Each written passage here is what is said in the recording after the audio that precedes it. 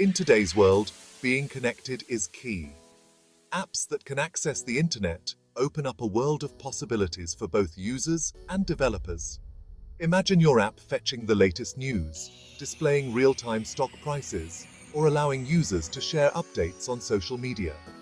Without internet access, your app becomes isolated, limited to only the data it can access locally. An app that can seamlessly connect to the internet provides a much richer and more satisfying user experience.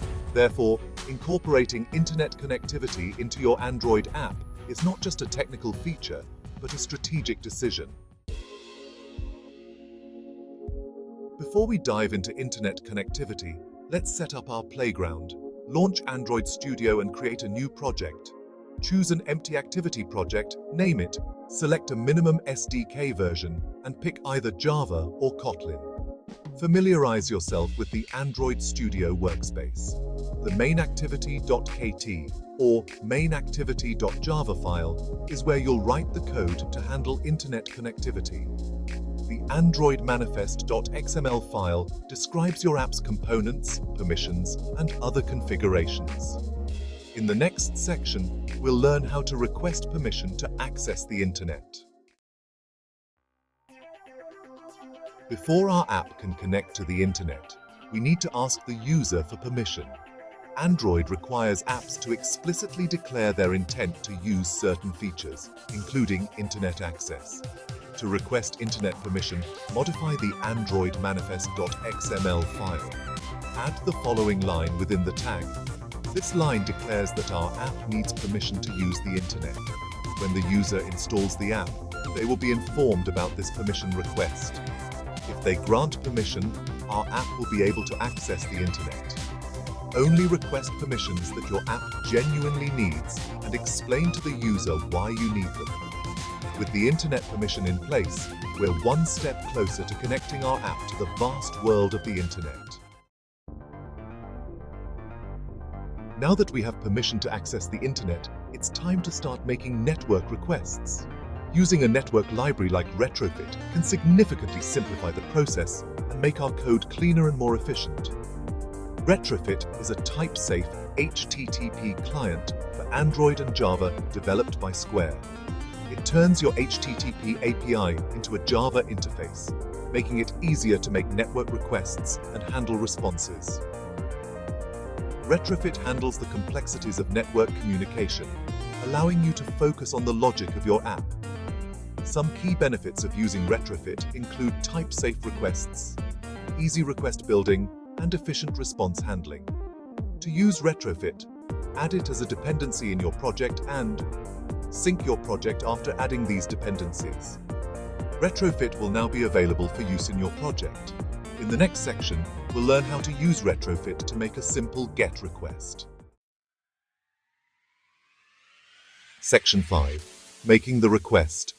Fetching data from the web with Retrofit. With Retrofit added to our project, we can now start making network requests. Let's say we want to fetch a list of users from a REST API. First, define an interface that describes our API endpoint. Kotlin interface, user service, @get, users, funGet users, call. This interface defines a single method which corresponds to a GET request to the user's endpoint.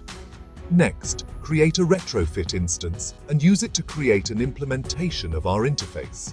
Kotlin val retrofit equals retrofit builder, base, URL https, example.com API. Add converter factory, gzon converter factory.create. Build. Val user service equal retrofit to create user service, class, Java. Finally, make the GET request and handle the response. Kotlin val call user service, get users. Call enqueue, object, callback, --override fun on response, call, response, fire. If response dot successful, fire val users, x response. Body. Process the list of users. Else. Handle error response.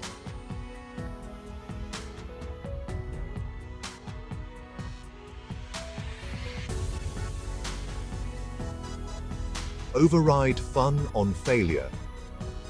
Call, T. Throwable. Handle network error.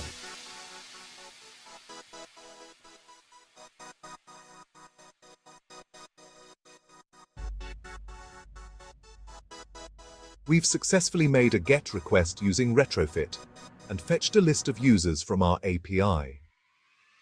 Retrofit handles all the heavy lifting, making our code concise and easy to understand. Section 6. Expect the unexpected. Handling network errors gracefully.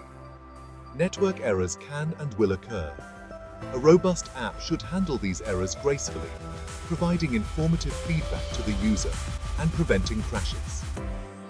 When a network error occurs, Retrofit's method of V is triggered.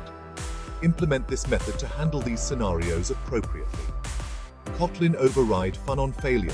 Call, T. Throwable. Log.e network error. Error fetching users. T. Toast. Make text context. Failed to fetch users. Please check your internet connection. Toast. Length short. Show. Log the error for debugging and display a message to the user. Provide specific and actionable information to the user. By anticipating and handling network errors effectively, you can ensure that your app remains stable and provides a smooth user experience. Section 7. Testing. 1, 2, 3. Ensuring your app's internet connectivity.